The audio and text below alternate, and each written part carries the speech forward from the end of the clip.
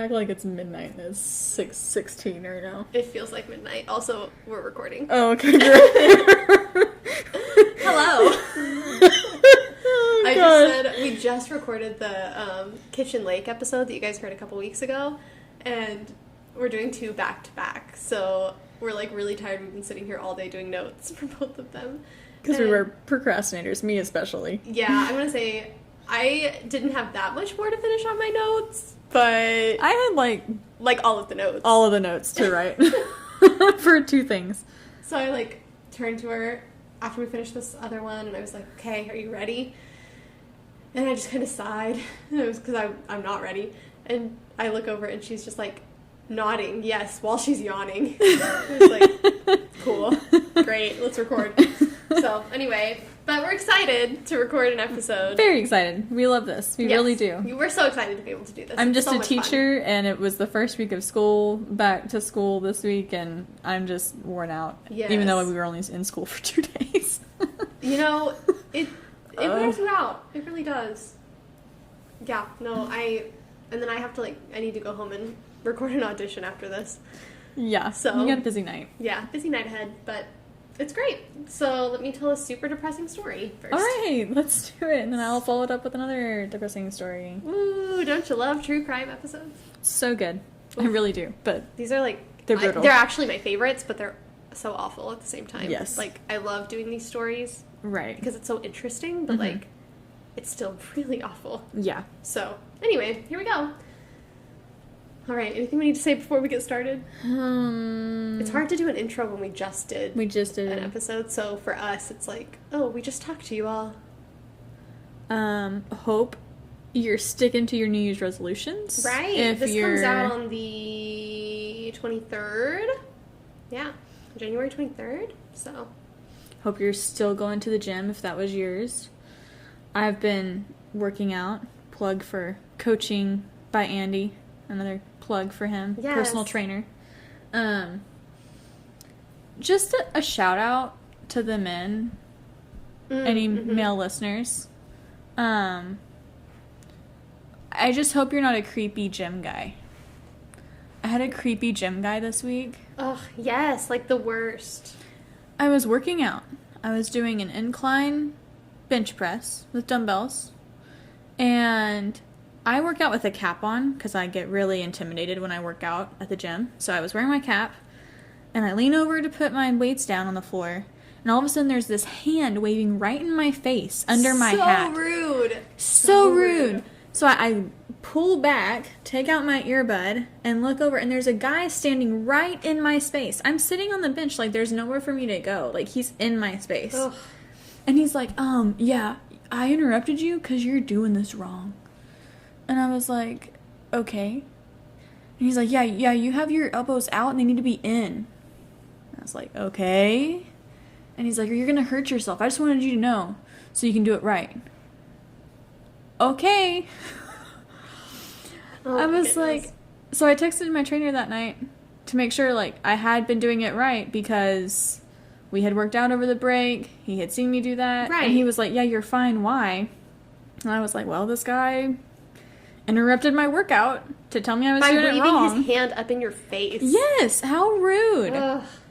And then the rest of the time I worked out, he watched me. Wherever I was at, if I looked around to, find a new piece of equipment or, get a new weight, he was watching me. It That's was so creepy. It was so creepy. So, anyways. Well, I hate that. That's awful. Glad it didn't turn into a true crime case. Made sure he wasn't It following could me to have, the man. car, but... Dangerous. And we're also, very on edge about anything like that since we're recording these now. Yes. I'm always on edge for, watching out for things, making Constantly. sure. I'm, paranoid at all times. So Yes. That's great. Super healthy. Anyway, let me tell you this awful, brutal true crime story now. Are you ready? I'm ready. Please Great. do. Perfect. So, I'm going to tell about the Oklahoma City Butcher. Okay. Well, that sounds bad. Okay. It was awful. So awful. This is a very graphic story, so, if you don't handle that sort of thing well, or if that's triggering to you in some way, may not want to listen to this one. Maybe fast forward to Catherine's episode. Her story. Yeah. My part of the episode. Your part of the episode, yeah. Because it is awful. It's awful. Yikes. So, our story begins on April 1st, 1976. Oh. That's my birthday. Yeah. I mean, 20 years before I was born. Right. But my It's your birthday is birthday. April 1st. So, anyway, great start. So, anyway, begins on April 1st, 1976, when 3 men who were waiting on a late coworker got bored and decided to explore an abandoned house nearby. As you do. As you do, you know. Mm-hmm. These men were Gene Shores, Jimmy Bishop, and Deco Duke, who were oil workers employed by Standard Drilling Company. So at about 3 p.m., the men approached this abandoned house, which was located at 325 Northeast 6th Street in Oklahoma City. Okay. It's no longer there. It is apartment buildings now, actually. Oh. I should have seen what they were named so I could be like, if you live there was this awful thing that happened. That would have been Anyway, crazy. if you live somewhere near 325 Northeast 6th Street in an apartment building, you might live in a really spooky place. So, sorry. Have fun. Anyway. Sleep good. Sleep good tonight. Yeah, good luck. So, the front door was boarded up, so 2 of the men headed to the back door, which happened to be unlocked, and the third slipped through a hole in the side of the house. Like, it was like really... It was really run down. It wasn't was in bad shape. Yeah. It needed to be torn down. Not a high quality. No. I think it was a Residence. pretty rough area then. So when they entered the house, they were met with an awful smell that they later described as the smell of death, which I'm sure we all could see coming. Yep. Yeah. Mm-hmm. So the house was full of like old junk, and it was really cluttered and difficult to walk through. The 2 men who had entered through the back door tripped on something and kicked it out of the way. Like, there was just stuff everywhere. Like, Wow. It was just covered in just junk. So one of the men had picked up a gardening hoe and was using it to, like, poke around in the clutter and, like, see what they could find. Yeah. So when he used the hoe to knock over an old popcorn bucket from a nearby movie theater, something rolled out of the popcorn bucket. Oh, no. The men thought that it was the head of a dog, but soon realized that it was a human head. Oh, my gosh. Ugh. That's really weird that it came out of a movie popcorn bucket, Isn't because that- I was actually craving popcorn earlier. Ooh, I never want to eat popcorn again. And now I'm like, nah, I'm good. I don't need popcorn. Yeah, no, awful, terrifying. So anyway, it was a human head that rolled out of the old popcorn bucket. What? Terrible. So they said that it was like difficult to recognize that it was human because it was in such poor condition from like Wow. abuse. It was just like mutilated. Like it was awful. They couldn't even tell it was human at first. Oh my gosh. They fled from the scene to get help. Yep. Mm-hmm. But at first, no one would believe them because it was April Fool's Day. I wondered it when you said it was April Fool's. I was like, okay, is something going to happen and like nobody's going to believe them at first? Exactly. So when officers did arrive at the scene, because like eventually they were like, okay, well we have to check it out. Like maybe it's not a joke. They realized that they were not joking. It was legit. It was legit, yeah. So although they had only noticed the head, the police soon discovered that the rest of the body had been severed and spread around the house. Okay. Yes, there were just body parts everywhere. Wow. The item that the men had tripped over and kicked out of the way was actually a human thigh. Oh my god. And they hadn't realized. I wondered They just when like you, tripped and kicked it, I you know? wondered when you specifically mentioned that if that was going to I come tried back. to like kind of gloss over it a little bit because I wanted it to be like more dramatic whenever I know, I did. you were bring it so up. smooth though. I was like, maybe it's not. Maybe it's just like Oh, good. a I'm little. glad I pulled that off. Yeah, no, it was a human thigh. Lovely. Okay. Yeah. So police originally thought that the body had been torn apart by dogs, but an autopsy later revealed that the body had been carefully dissected in, quote, an anatomically correct fashion. Oh my gosh. Okay. Mm-hmm. The victim had been deceased for about 4 weeks at the time they found the body parts. So it had been in the house like 4 weeks. Okay. Mm-hmm. So they initially speculated that the victim was a white woman between the ages of 25 and 35, between 5 foot and 5'4", with brown hair. That was Okay. their best guess based on what they had to piece together. That blood tests later revealed that the victim was actually a Native American woman between the ages of 18 to 22. Okay. Dental and intestinal testing also showed that the woman was likely from a lower socioeconomic class. Okay. How can they I tell have that? no idea. No That clue. is crazy. Yeah, What, because it doesn't have caviar in the stomach? Right. There's no caveat. Must be from a lower class. Exactly. Apparently, that's what I would say if I was doing the testing. Okay. That would be my, like, criteria for being from a higher class. No caviar? Must be poor. Gosh. Yeah, so I don't know how they test for that, but that's what they said. So, they also speculated that she had been homeless at the time of her death and was likely involved in sex work given the area. Okay. It was just kind of an area known for a lot of, like, prostitution and things like that. Gotcha. One strange detail about the victim is that her sexual organs had been removed and were missing from the crime scene. They were not spread around with the rest of the body parts. They were gone, cut out and gone. Oh my gosh. They believed that the killer may have taken them as a trophy. One of her hands was also missing. Wow. Okay. Another, this is my least favorite part. Oh no. It makes me want to throw up. So, anyway, here we go. Another detail is that the victim's face had been significantly mutilated, and the killer had cut her face into a smile from ear to ear. No. It makes my face hurt. Like, I like shake every time I have to say that. I hate it. Anyway, so there's that. A forensic sculptor from Norman, Oklahoma, named Betty Pat Gatliff was called in to create a facial reconstruction of the victim. Okay. So although it was given to law enforcement agencies all over the region over the next few months, the victim was unable to be identified. Wow. Yeah. That's sad. Yeah, awful. Tragic. So they really didn't have any leads from this victim. I mean, it just kind of... You don't have an identity. Like, you don't have a way to, like, track down. Exactly. And, I mean, this was in... It wasn't, like, that long ago, but it was, like, 76, so, you know... Like, DNA not, like, technology still had, like, a ways to go. Exactly. And other forensic stuff had a ways to go, yeah. For sure. So, it just kind of went cold. Like, nothing to do from there. Mm-hmm. So, fast forward 3 years to another Thursday in April, this time April 19th, 1979. A group of kids were playing basketball in a park about half a mile north of where the first victim had been found. Okay. So, in kind of the same area. One of the kids had a dog with them. The dog wandered off while the kids were playing. Oh, no. Pause for sirens outside. One of the kids had a dog with them. The dog wandered off while the kids were playing and reappeared soon carrying something in its mouth. Oh, no. Oh, no. Mm-hmm. The kids went to see what it was and discovered that the dog was carrying a human head. Oh, my gosh. There's just heads popping up all over the place. Oh, it's my awful. gosh. So imagine being those children. I know, to say how traumatizing. I think I read somewhere that, like, one of them was 10. I think the one that had the dog was, like, 10 years old. Oh my gosh. Awful. Although, with it being little boys, there is the possibility that they could have thought it was cool. It was cool, yeah. Until they became older and they were like, oh, that was actually trauma. Trauma that I experienced. Yeah. Mm-hmm. Yeah, exactly. So, anyway, the dog was carrying a human head. Gosh. Yeah. So, when police arrived, they found that the victim's head had been severed from her body, obviously, just like the first victim. Right.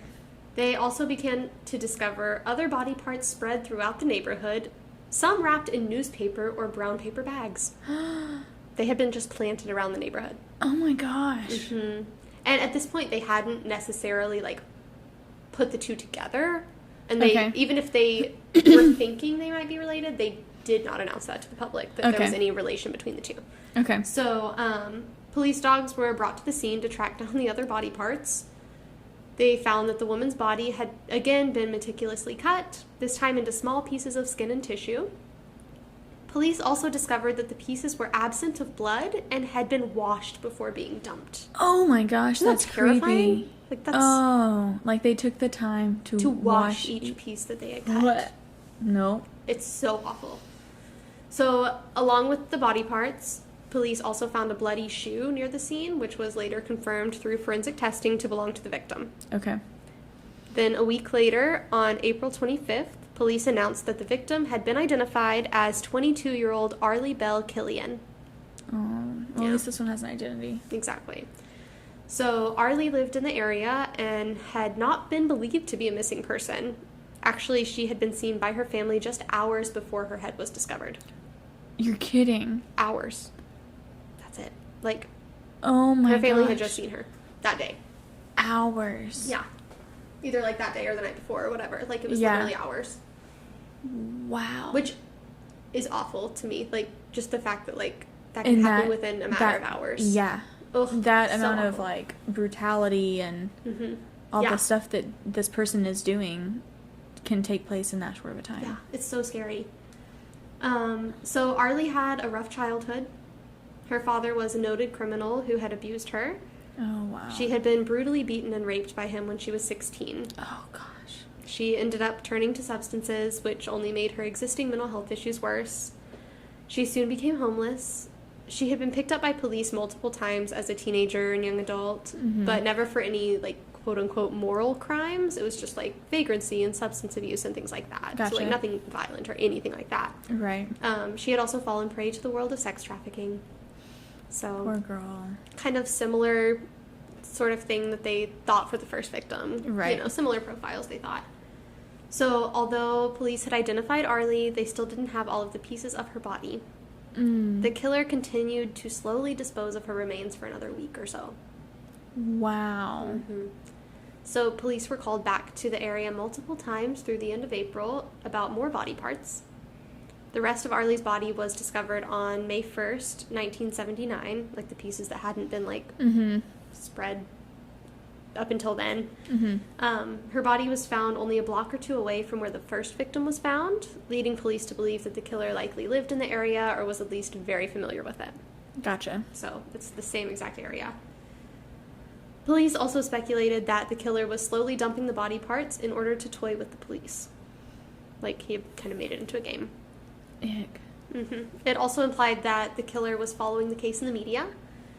And one investigator thought that the killer enjoyed this part as much, if not more, than the killing itself. Just like the whole game of it.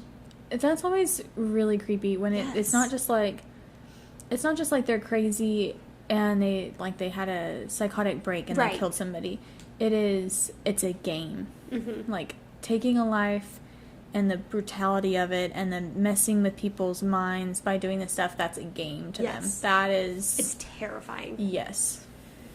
So, unlike the first victim, police were able to identify a couple of suspects pretty quickly. Okay. One was Eugene Johnson, who lived in the area and was arrested just a few days after the rest of the body was discovered. He was briefly held for a mental evaluation, but was soon released and cleared of any involvement. So, they said... some people considered him, like, a suspect, but then I also read that they were like, no, he's just a witness, like, but we need to, like, do this evaluation on him or whatever. So, Gotcha. but he was cleared of any involvement, Okay. so not him, that they know, you know. Another suspect was Arlie's brother, Perry Lee Killian, who had escaped from a psychiatric hospital the same day that his sister was killed. Ooh. Perry had a history of bizarre and violent behavior. Yikes. So in 1976, which was the same year the first body was discovered, Perry had killed and butchered two of his grandmother's dogs with a hatchet. When police arrived, Perry admitted to the crime and led police to the bodies of the dogs. He was then arrested that day, which was just a few days before the discovery of the first victim. And she had been dead for a 4 while. weeks. Yeah. Yeah. And he was sent to a psychiatric hospital then. Yikes. So then, in 1978, he attacked his grandmother with a knife, leading to another inpatient stay for psychiatric help. He was apprehended by police on April 24th of 1979, just one day before the police identified his sister as being the most recent victim. So after she had been found, but before they identified that it was her. Gotcha. They questioned Perry about his involvement, and he seemed like a strong suspect at first, given his history and the timing. Right. Like, it's just all kind of very fishy. But since more pieces of the body were, like, dumped in the coming weeks, they concluded that it couldn't be him because he was there. The police, you know, he was in jail. Like, so it wasn't him. Somebody else had done this and was dumping the body parts. That makes sense. Yeah. But yeah, that seemed real questionable. Suspicious. Yeah. Real sus. Real sus. But he was eventually cleared of any involvement, and the police hit a dead end on this one, too. Wow. Yeah. So the case stalled until 1983, when another suspect emerged. Convicted serial killer Henry Lee Lucas was arrested in Texas for his crimes and began confessing to multiple other crimes, including the murder of Arlie Bell Killian. Really? Police initially considered him a suspect, given his confession. However, it soon became apparent that he was simply confessing to as many crimes as possible to delay his pending execution. Yeah. Gotcha. I don't know the number of crimes that he confessed to, but it was well over 100. Like, he just kept being like, yeah, I did that one. Yeah, I did that one. He had learned that he also would get, like, special treatment during confessions, such as coffee, cigarettes, and the chance to travel. So, his confession of this crime was eventually discredited, along with many others. And that's going to be such a hard spot to be in, like, as the people that handle those types of confessions, because, like, do you just stop taking confessions? What if he has a legit one, and then you don't take it? Like, right, you're kind of stuck. But they also, so, I didn't put this in my notes, but I read it at some point. He, like, they gave him just unlimited access to, like, records about these cases. So he was using these details. Yeah. That he was researching them and then providing all these, like, details that only a killer would know. But, like, he had been given access to the records and things like that. Yeah. Like, they were giving him all of the information, and then he was like, yeah, I did it, and this is how I did it. And they were like, how does he know that? He must be the literally read it. Yeah, he just read it. He wasn't the one to do it. He just read it. Exactly. He gave so him he the was stuff. Like using those details to make it seem more legitimate, but like it wasn't him. A lot of them were like, no, this happened on the same day and like multiple states away. Like, of course you couldn't have done both. Like, yeah. So anyway, that was not accurate. It was not him. So that confession was discredited, along with 150 others or something like that. Oh. Yeah. Gosh. So again, kind of another dead end. Like, they thought maybe they had gotten somebody, but was not him. Gotcha. So on Thursday, March 6th of 1986, so 7 years after this last body had been found, Okay. a 62-year-old man named Albert Archie discovered various human body parts in the alleyway behind his home. Yikes. Okay. He also lived less than a mile away from where the first two bodies were found. So again, same area. Same area. Okay. Yeah. The body parts that Albert discovered were the dismembered upper torso of a woman, a piece of her left leg, and various other pieces of skin and tissue that were bloodless and had been cleaned before being dumped. That is so creepy. Yeah. Police immediately suspected that the killer had returned, as the MO was exactly the same. Yeah, that's real specific. Yes, exactly. So, but it had been 7 years since the last one. Like, it That's was a like long 3 years in cooldown. between the first two, and then 7 years in between. So, like, it's getting 2 and longer 3. instead of a more rapid cooldown. Which is That's the opposite. Yeah. Yes, exactly. So they say that, like, maybe he was in jail for another crime at the time, whoever it was. They're assuming male based on what's happening, but, like, that maybe he was in jail at the time, or, like, in prison, or in military service, or moved away, or something like that. Right. But, 7 years in between, which is That's so a long time. So I'm sure everybody thought it was over. Right. And then he's back. Like, ugh, so scary.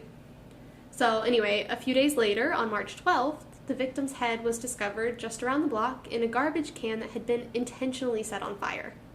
Wow. So probably to draw attention because he likes the game of it. He wants things seen. Yes, everything was like left in places. Public places. Yeah, exactly. Police were able to identify the victim thanks to unique tattoos on her shoulders. The victim was 22-year-old Marcia Tina Sanders. I've also seen Tina Marcia Sanders, but I think it's Marcia Tina Sanders. Okay.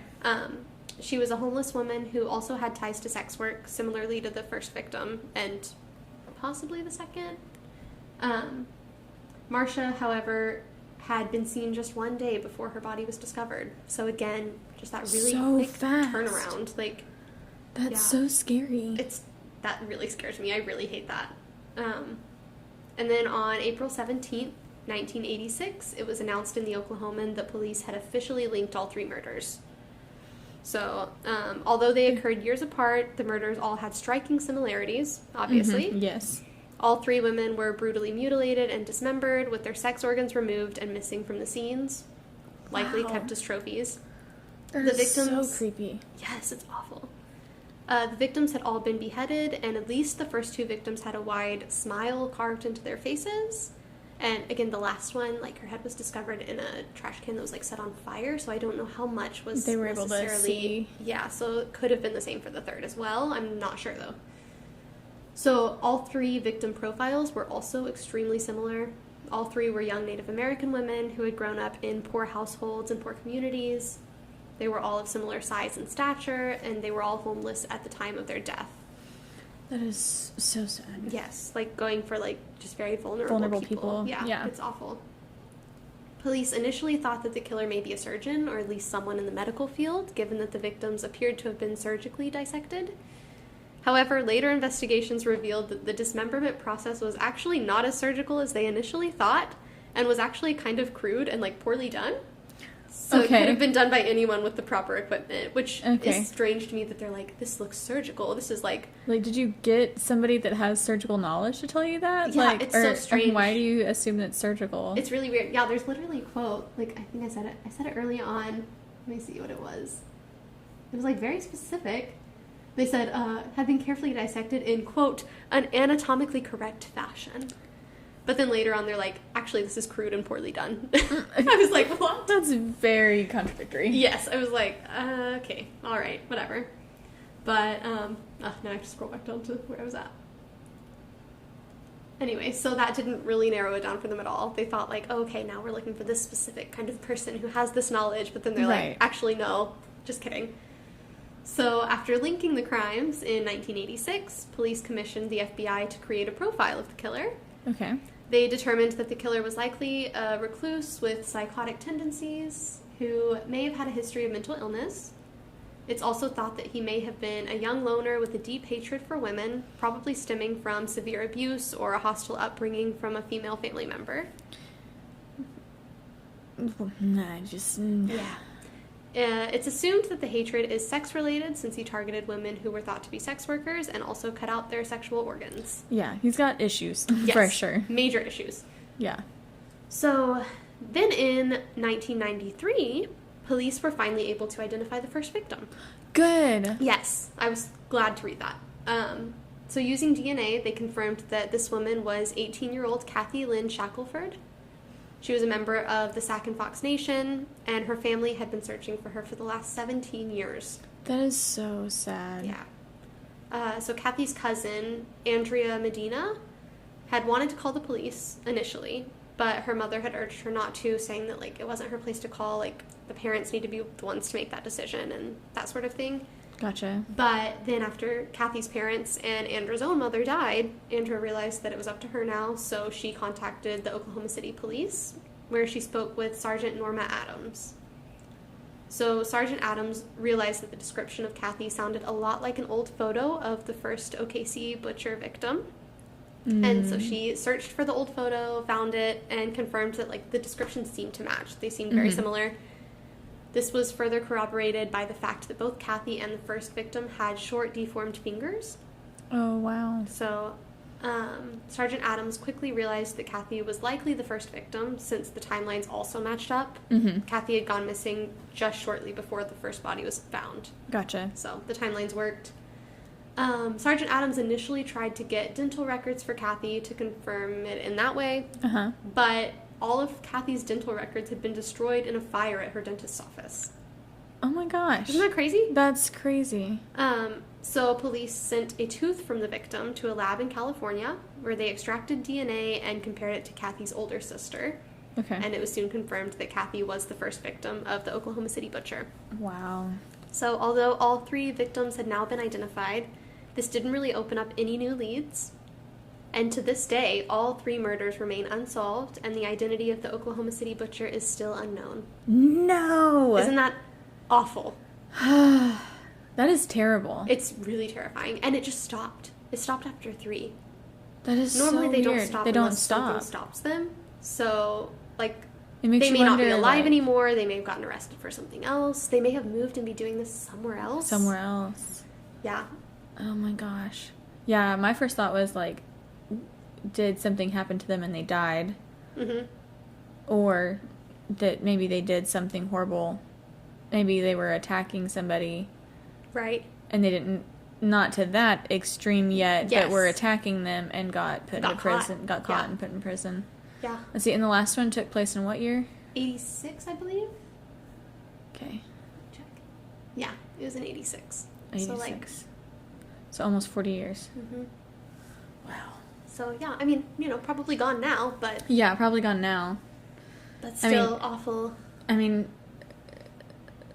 wouldn't have to be. I mean, if they were, like, really young when they did this, they could still be in prison. And, like, really, it's very likely that it was... I would go out on a limb to say probably a male in his 20s or early 30s would be my bet. Yeah. Just given what's happening. Yeah. So... Well, yeah, that's fun. Anyway, that's my story. The Oklahoma City Butcher. Never caught, never identified. And how sad, like, being the, was it cousin that informed the police after, like, being told, no, don't do it, don't do it. Yeah. And it's like... And then it's like, well, I should have done this a long time ago. Like, yeah. Yeah. Wow. Yeah, it goes back to that, like, not wanting to get involved in other people's business, but, like... If you see something, say something. Exactly. Like, that can save so many lives. Like, obviously, it wasn't going to save her life, but it would have identified, and, like... Right. Her parents would have at least known what happened, right. which I don't know that that's any better. And I don't blame the person for not reporting, because if you're literally told by your parent... Don't do it. Don't do it. Yeah. Like, I mean... I'm just glad she finally did, so that they were able to get some closure. Yeah. Yeah. Anyway, that's it. Like, they never knew. Like, weren't really any other suspects, I don't think. Like, it just kind of dead-ended and ended. But, yeah. I mean, then it said, like, well, maybe they moved away and they were just doing that in another place, and so they weren't connected. Yeah. So, who knows? And again, targeting Native American women. Yeah. Just like my story from last time. Like, so awful. So, I'll probably link the same resources. I won't read the same statistics again. If you want to hear those statistics, though, listen to the last true crime episode about Nema Carter and the Carpenter twins. They're really tragic statistics. Anyway, I'll probably link those same resources for missing and murdered Indigenous women and girls. Yeah. Wow. Sad case. Mm-hmm. I hope he's gone. Me too. Gone. I hope he suffered. Yep, I hope so too. Okay, well, are you ready for my case? Sure. It's not any better. It never is. Actually, I don't go into a lot of the detail of the actual killings. Okay, great. So I think I covered that enough for both of our stories. I think so. Yeah. So I'm covering the Edmond Post Office Massacre. Okay, this is one that I've heard of, but I don't know anything about.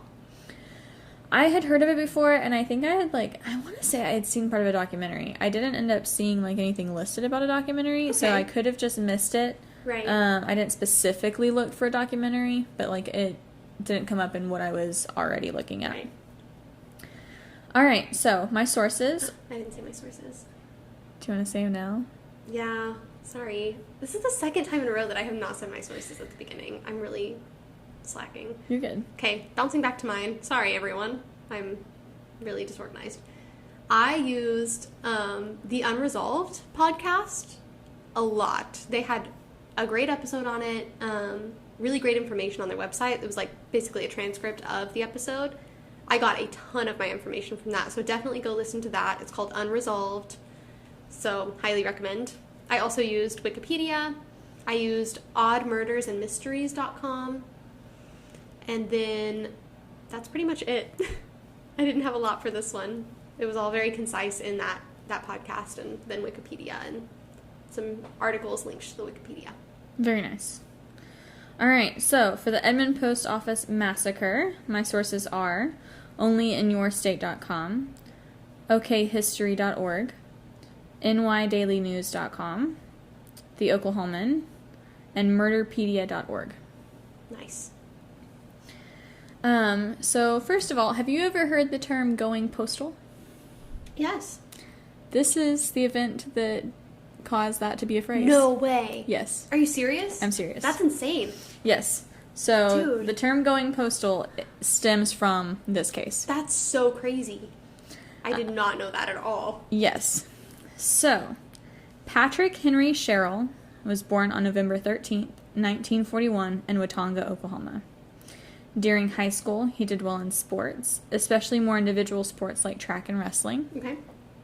I think he did a little bit of team sports, but it was more individual stuff. Okay.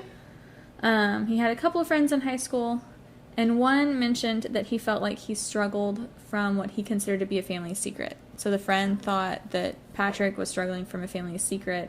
He had kind of mentioned it, and then one day he confided in his friend, telling him that he never wanted to get married because he didn't want to pass down his dad's bad genes. Oh, okay. So apparently his dad had struggled with some mental health issues, Right. and so he said he didn't want to pass those down. Aw. After he graduated, he enrolled in Oklahoma University, but later that year he dropped out. Okay. He joined the U.S. Marine Corps in 1964, where he would be considered an expert with an M14 rifle. And later he would be considered an expert with other weapons as well, other Okay. guns. I have a feeling that's going to come back. Mm-hmm. Yeah. He was later discharged under honorable conditions after 3 years of service. And what I saw was, like, honorable conditions is, like, I don't fully understand it, but it's not, like, dishonorable discharge, but it's not an honorable discharge. Okay. It's somehow slightly different. Interesting. Okay. I'm not sure exactly the difference, but somewhat different. Anyways. So he had trouble holding down a job after he got out of the Marine Corps. Okay. And in each job, he had a history of getting angry at seemingly small things, not being able to work well with others, and making his female coworkers feel uncomfortable around him. Great. Yes. So here's some examples. He joined the Oklahoma Air National Guard, and during his many trips to the recruiting office, he made a woman who worked there very uncomfortable. When speaking about the experience, she said, "I just got the impression, he's a weird guy. He always struck me as one of those men that, peeped in windows and molested little kids." Oh. When asked what gave her that impression, she said, "Just his mannerisms, the way he would look. He's the first man ever in my life, and I've dealt with men all my life and worked with them, that I felt like I was nude standing there talking to him, or sitting there." Oh, okay. She even made the comment to her male associates, "Don't leave me in the building by myself with him." Yikes. Okay. Yeah. When he worked with the FAA, he made women feel uncomfortable again. Many said that he stared at them. He rubbed against them when they would be at the filing cabinets. Gross. And in one instance, he cornered a woman in the elevator and wouldn't let her off. He was fired for that instance. Good, as he should have Yes. been. Yeah. Which was honestly kind of surprising for this time, because this would have Right. been like, I don't know, maybe 70s. Okay, yeah. But he was fired for it, so good. Good. He also made a former high school classmate very uncomfortable. She had moved to his neighborhood, and she started receiving obscene phone calls. Oh. She realized she recognized the voice, and eventually during one call said, "Pat, stop calling me." And after that, the phone calls stopped. Okay. Oof. Also in their neighborhood, many people had reported seeing him looking into windows, Oh, no. patrolling the lady was streets at right. night. Yep. And then there were I didn't write them all down. There were just lots of weird instances where he got really mad about, like, seemingly little things. Like, at one point, he was working for a radio shop, and the store owner, there was a customer that came in, and the store owner said, "This young man will help you." Yeah. And he turned around and said, "I have a name." And then walked out. Like, he quit. He walked That's over weird. that. Yes. That's So, really he weird. would get bent out of shape over, like, really small things. Yeah. Like, he wasn't being disrespectful toward him. No. That's a Just a common normal thing. phrase. Yeah. Like, yeah. So it was weird. So he lived with his mother, and he took care of her until she needed full-time care and went to live in a nursing home. So I didn't write all this down, but it was interesting. Visitors that had come to the home would say how nice everything was in the home. Like, when she was in the home, like, everything was nice. He must have Yeah. been taking really good care of her. Everything was so clean. And then once she moved to the nursing home, whenever they'd visit him, it was a totally different story. Like, it Oh, was, there was a big mess, like, really disorganized. I say that as my house is really disorganized. It's not that bad. It's not that bad. But I don't think it's to this level. They said there were, like, stacks of magazines everywhere. There were, like, one of his favorite hobbies was ham radios, like, being on ham radios, like, Yeah. Okay. very, like, I'm not saying anything bad about people that are on ham radios. Like, I think they're interesting. Yeah. It just seems like people that don't want to interact with the outside world. That would be his hobby when he's not good at, like, working with others and communicating with people in the workplace, and it just is strange. It's just for very him. strange. Yeah. It's out of character. Yeah. So he loved that. That was like his thing was like ham radios, and he would like he had all sorts of parts and old ham radios, and like worked on them and then like communicated on them with other people. I don't know. Okay. It was interesting. And then his main mode of transportation was a bicycle, which I'm not saying anything bad about somebody who doesn't have a car. Oh, no, not at all. But in Oklahoma, it's not as common in general for people to be their main mode of transportation it is a car, because the distances are not right. I mean, especially because this was Edmond, right? Right. Like, Edmond's pretty spread out. Like it's a pretty spread out city. It's hard to get around on a bicycle, I would think, just because it is. I mean, it's a pretty spread out suburb. Yeah.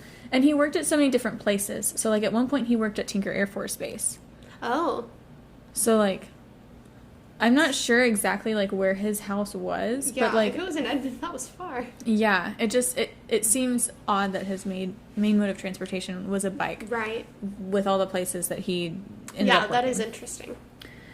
So he worked at Tinker Air Force Base. He worked at a radio shop. He was a street light technician. He was a file clerk for the FAA. He worked for the U.S. Postal Service. Then he quit, and then he worked as a stockroom. I'm not sure what you call it. He worked in a position in a stockroom for the American Cancer Society. Okay. He also trained to be a firearms instructor with the Guard, with the Air National Guard. And then after not being re-enlisted with them, he joined again with the United States Postal Service. Okay. So worked all over the place. A lot of different jobs. Okay, interesting. And a lot of the jobs he only lasted like a few months. Yeah, that's a red flag. When he was training to be a firearms instructor, his instructor actually said that because of how poor he did in the classroom, he was surprised at how well he did in the field. Oh. Like, he did so poorly working in class. Yeah. And he said, I wouldn't, like, basically the guy was like, I wouldn't trust him to be an instructor, and I definitely wouldn't trust him with kids. Yikes. Yeah. Ooh. Yeah. So most talked about how he was a little bit odd and kind of a loner. But a big thing was he did not react well to reprimands. Okay. So at one point when he worked with the FAA, two different things. When he worked with the FAA, at one point there was a plane crash somewhere, and he got on his radio and radioed his supervisor and said, I want to go investigate that. And he said no, like basically forbid him from going there. And then he completely ignored that order, went there anyways, and cops had to like get him out of there. Yikes. Yeah. So no wonder he couldn't hold down a job. Yeah, he couldn't follow instructions. So when he started working for the U.S. Postal Service, for the second time, the first time, I'm not sure if he got any reprimands, but he wasn't doing a good job. Okay. And then during the probation period, I'm not sure if it was like they were going to fire him so he quit anyways. Okay, right. Or what the deal was. But the second time, and he worked part-time, he did not do a great job. Okay. He had gotten several reprimands over the time. And he always had an excuse. Like, he always told people, like, they're just after me.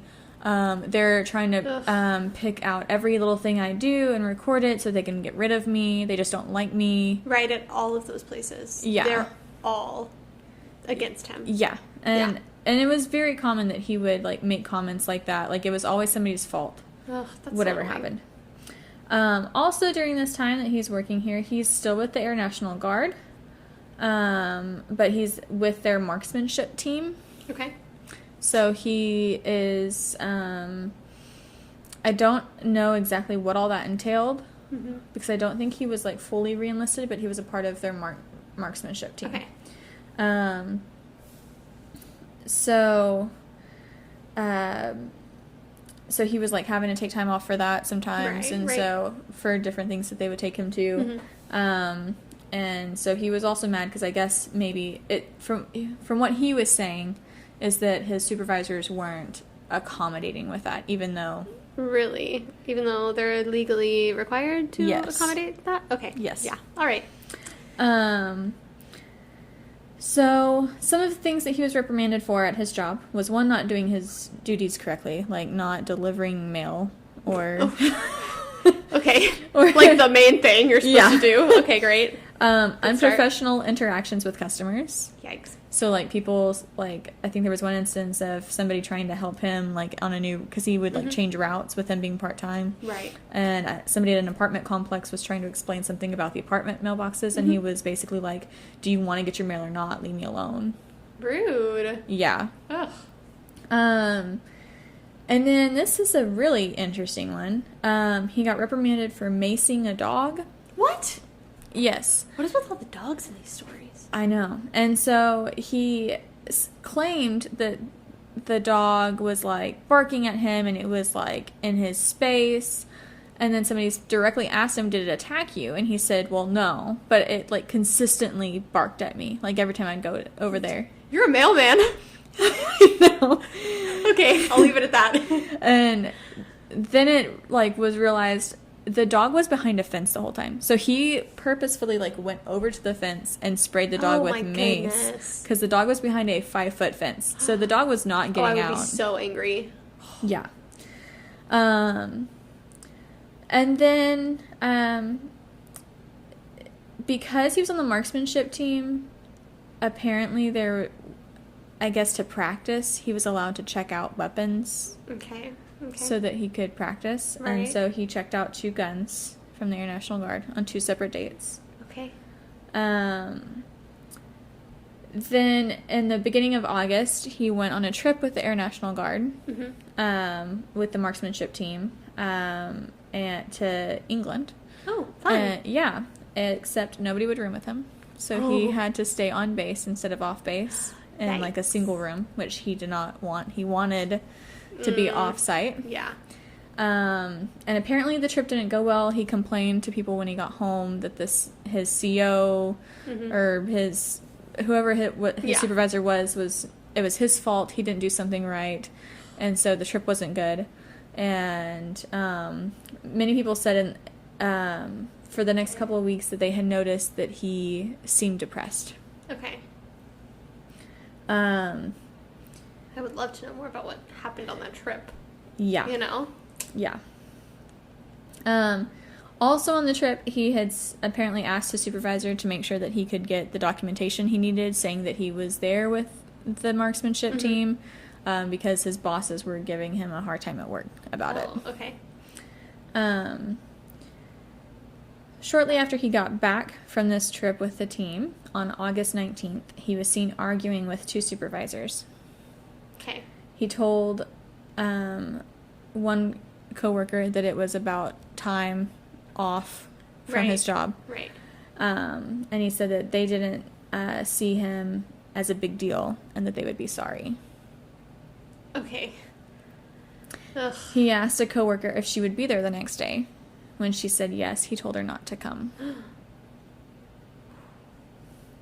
On August 20th... Was she there the next day? I didn't, I'm not sure. Oh.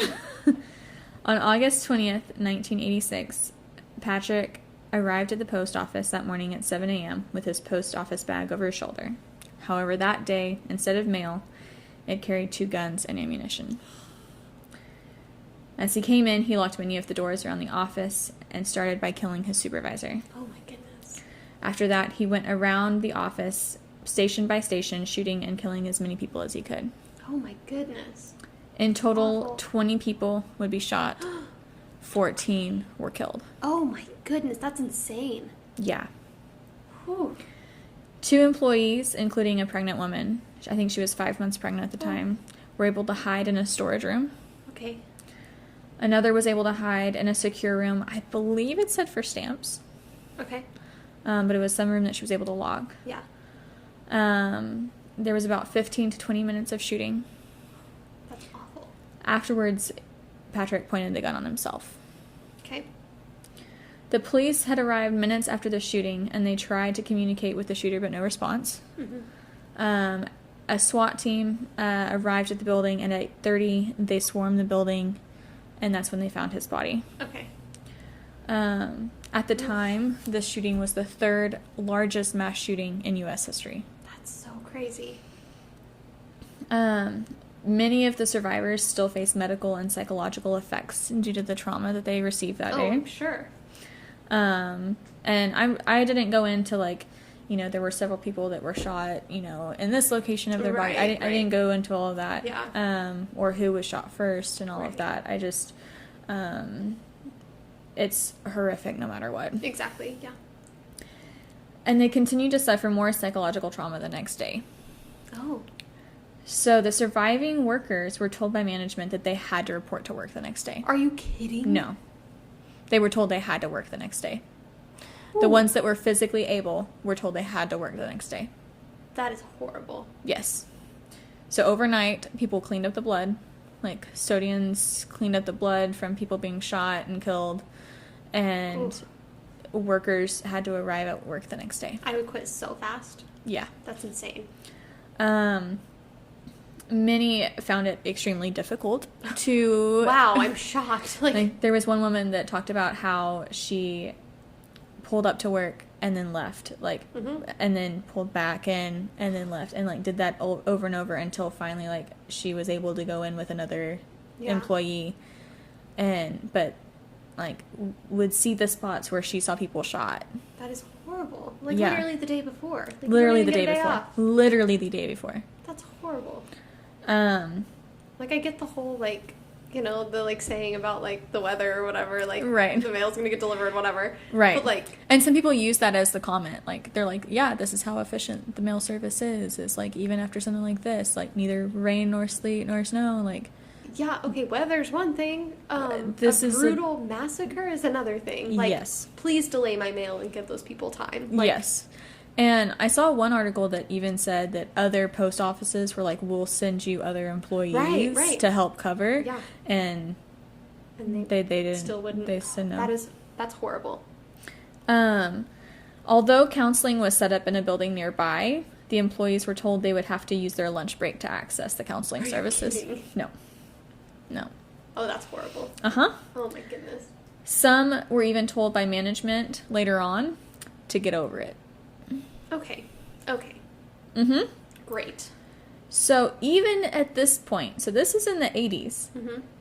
Even at this point, when there was a congressional panel in 1987 to look over how the incident was handled and all that, they questioned the quick return to work. Okay, good. So like at that point, like, I mean, during that point, PTSD was still right. There was still a lot of research that needed to happen. Yes. A lot of techniques on how to deal with trauma, things like that, were still being developed, were still being researched. But even at that point, they were like, that's not right. Okay, good. And there was also, like, a delay in benefits being reached to families. Like, there was a whole bunch of stuff that was just horrible for the families and the survivors. Right. So, since this, a lot of techniques have changed in regards to how people are treated after experiencing trauma. Okay. Including a lot more time off. I saw one article that talked about how some schools where shootings have happened, students are offered the ability to transfer to a different school. Good, yeah. So that they don't have to go back to the same place where the trauma occurred. Yeah. Because a lot of the survivors had to go back to the exact same place where the trauma occurred. Yeah, reliving that reliving it. Awful, yeah. Awful. So to honor the dead and the survivors, in 1989, the community of Edmond and the U.S. Postal Service placed a large memorial on the grounds of the Edmond Post Office. Sculptor Richard Muno depicted a standing man and woman holding a yellow ribbon. They're surrounded by 14 fountains, one for each victim. Oh. The inscription lists them as Patricia Ann Chambers, Judy Stevens Denny, Richard C. Esser Jr., Patricia A. Gabbard, Jonah Ruth Graggart, Patty Jean Husband, Betty Ann Jared, William F. Miller, Kenneth W. Morey, Leroy Orrin Phillips, Jerry Ralph Pyle, Paul Michael Rockney, Thomas Wade Shader, Jr., and Patty Lou Welch. On the anniversary of the events, people around Edmond will hang yellow ribbons around town and on mailboxes. Oh, interesting. As a way to recognize what had happened. Yeah. So that's my story. These episodes are so rough. I know. And I didn't want to go into all of the... No. I don't blame you. I wouldn't have either. It was rough, and I didn't also go into all of the accounts of, like, how people were reacting during the shooting. It was just really sad and really rough, and I didn't want to... I thought it was more important to talk about, I don't know, the... Kind of what led up to it. What led up to it, and then also, like, what these survivors had to endure afterwards. The fact that they were told to return to work the next day. Oh, horrible. The fact that they were told by management to get over it. That makes me so angry. Yeah, you can have counseling, but go on your lunch break. Make sure you use government time properly. Ridiculous. That's so awful. Yeah, no, I don't blame you for not, like, telling, you know, the graphic details or whatever, because, like, I mean, I wouldn't have gone into as much detail in mine either if it hadn't, like, been necessary to connect the cases. Like, if it's not necessary, then, you know. Yeah. You don't have to. So. All right. My thoughts and prayers, our thoughts and prayers go out to the people that are still... Yes, absolutely. Still dealing with this. There were several that, like, are still dealing with medical complications from it and psychological. Sad. Yeah. Like, there's, I believe, at least one, there might be more than one, survivor that's, has PTSD, like, is on disability for PTSD because of the trauma. Yeah. It's just heartbreaking, so. Well, thanks for that. You're welcome. I never know how to end these. I know. It's just like, let me tell you all these horrible, awful, traumatizing details. Horrible Goodbye. stories, and then thanks for listening. Yeah. Oh, brutal. Okay. Yeah, I don't have anything Please. to lift the spirits. I don't know. No, I don't have anything. I got nothing. Got any jokes? No, not any, Okay. not any good ones. No. Yeah, no, I don't. I have nothing. So, please give us a good review. Well, I got a really corny one. Okay, great. Okay. Why did the chicken cross the road? Why? Because I saw that the other day.